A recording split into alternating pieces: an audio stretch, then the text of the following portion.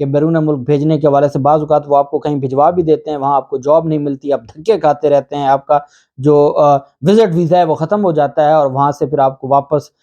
Deport کر دیا جاتا ہے۔ تو برائے مہربانی آپ ضرور اپنے لیے جو مختلف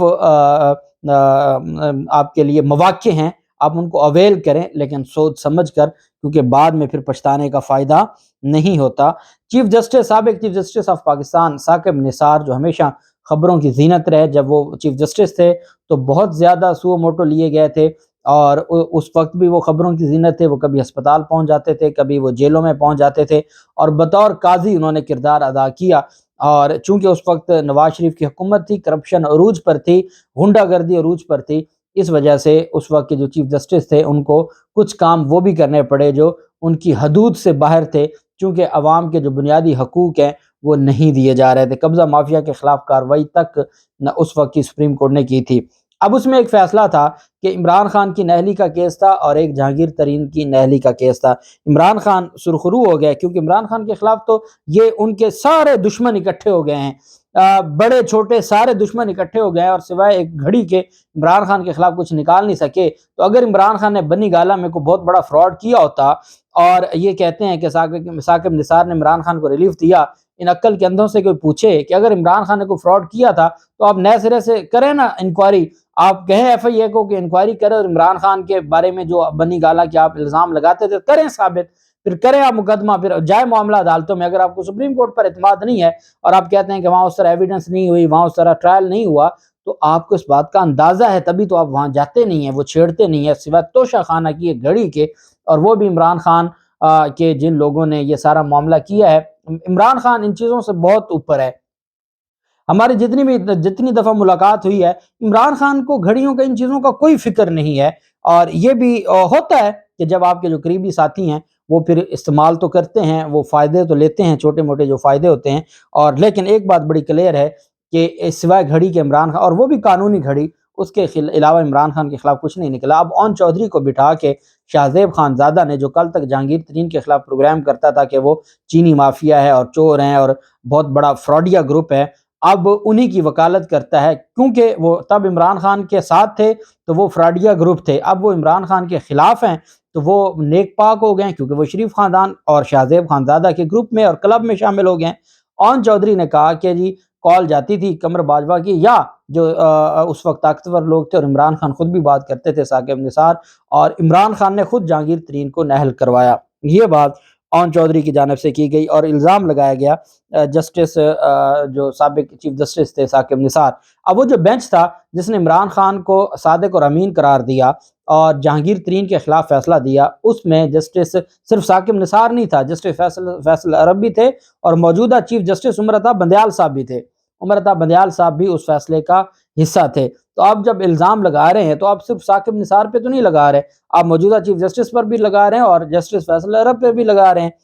تو اس پر انہوں نے کہا، شاہزیب خانزادہ نے کہا جی کہ آپ اگر جواب دینا چاہتے ہیں تو ہمارا پلیٹ فارم موجود ہے، تو ان کی جانب سے تحریری جواب دیا گیا ہے، اور انہوں نے کہا ہے کہ اعلیٰ ترین فوجی افسروں سمیت کسی میں یہ جرت نہیں تھی کہ کوئی رعایت حاصل کرنے کے لیے ان سے رابطہ کرتا۔ انہوں نے کہا کہ عمران خان اپنے یا جہانگیر ترین کے لیے کبھی مجھ سے رابطہ نہیں کیا تھا۔ انہوں نے کہا کہ ان کے ساتھ بینچ میں فیصل عرب اور عمر عطا بندیال ثابت تھے جن کے کردار پر کوئی سوال نہیں اٹھا سکتا، اس وجہ سے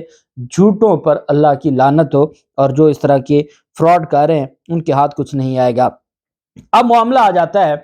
فضل الرحمان کا۔ آپ جانتے ہیں فضل الرحمان کے جو سمدھی ہیں جن کو گورنر خیبر پختونخوا لگایا گیا ہے، چونکہ موروثیت ہے اور اپنے رشتہ داروں کے علاوہ تو کوئی بندہ ہی نہیں ہے پوری جمعیت میں جو گورنر لگ سکتا، جو پختونخوا کے غلام علی، انہوں نے ہیلی کاپٹر کے استعمال سے متعلق بل پر دستخط کر دیے۔ پہلے بل انہوں نے رد کیا، پھر بدماشی کی، کہتے ہیں میں نے 3 بار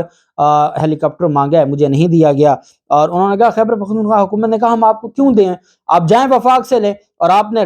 پشاور سے ڈیرہ اسماعیل خان اپنے گھر جانا ہوتا ہے اور آپ کہتے ہیں سرکاری ہیلی کاپٹر دیں تو ہم نہیں دیں گے۔ تو اب بھائی آپ ان کے ادھر سے آپ ان کو دھمکیاں لگاتے ہیں، ادھر سے آپ کہتے ہیں جی کہ وہ سرکاری پروٹوکول بھی آپ کو دیں، تو وہ نہیں دیں گے۔ تو اس پر پھر انہوں نے کہا کہ میں نہیں سائن کروں گا، میں نہیں تسلیم کروں گا، میں یہ کروں گا وہ کروں گا۔ اب گورنر کو پتہ ہے کہ آپ کی ٹوٹل اوقات کتنی ہے، آپ کی ٹوٹل اوقات تو اتنی ہے کہ آپ کو الٹیمیٹلی اس پر سائن کرنا تھے۔ پھر فضل الرحمان کی طرف سے بھی بیان دلوائے گئے، اس پر انہوں نے جو بل پر دستخط کر دیے اور کہتے ہیں کہ میں نے ایک اختلافی نوٹ لکھا ہے کہ یہ فائنانس بل نہیں ہے۔ انہوں نے کہا کہ لوگ اس سے متاثر ہو رہے ہیں، وہ عدالت جائیں گے تب ہی صحیح فیصلہ آئے گا۔ گورنر قانون پر سائن بھی کر رہا ہے اور ساتھ اگلا رونا بھی رو رہا ہے جی کہ دیکھیں میں سائن تو کر رہا ہوں لیکن لوگ اس پہ عدالت جائیں گے تو عدالت ہی فیصلہ کرے گی۔ تو پھر آپ سائن کس لیے کر رہے ہیں؟ آپ سائن نہ بھی کریں تو وہ قانون بن جائے گا، تو آپ سائن نہ کرتے۔ آپ کو پتہ ہے کہ آپ کی اوقات نہیں ہے، اس وجہ سے آپ نے سائن کیے۔ اس کے بعد جو ہے وہ فضل الرحمان کی جانب سے ایک پریس کانفرنس کی گئی ہے، اور یہ آج 2023 کے پہلا سال کا پہلا جو دن ہے، تو وہ کہتے ہیں جی کہ ملک کا بڑا بیڑا غرق کر دیا عمران خان نے، اور کہتے ہیں کہ توشہ خانہ سے توپ خانے تک کوئی چیز محفوظ نہیں ہے۔ اور انہوں نے کہا کہ خیبر پختونخوا اور پنجاب میں لوگوں کو بنیادی سہولیات سے محروم رکھا جا رہا ہے۔ یہ اتنے بدبخت لوگ ہیں کہ ان کو نہ سندھ نظر آتا ہے نہ بلوچستان نظر آتا ہے۔ کہتا ہے خیبر پختونخوا اور پنجاب میں لوگوں کے بنیادی حقوق سے محروم رکھا جا رہا ہے۔ دونوں صوبائی حکومتوں کے سرکاری وسائل عمران خان پر خرچ ہوتے ہیں۔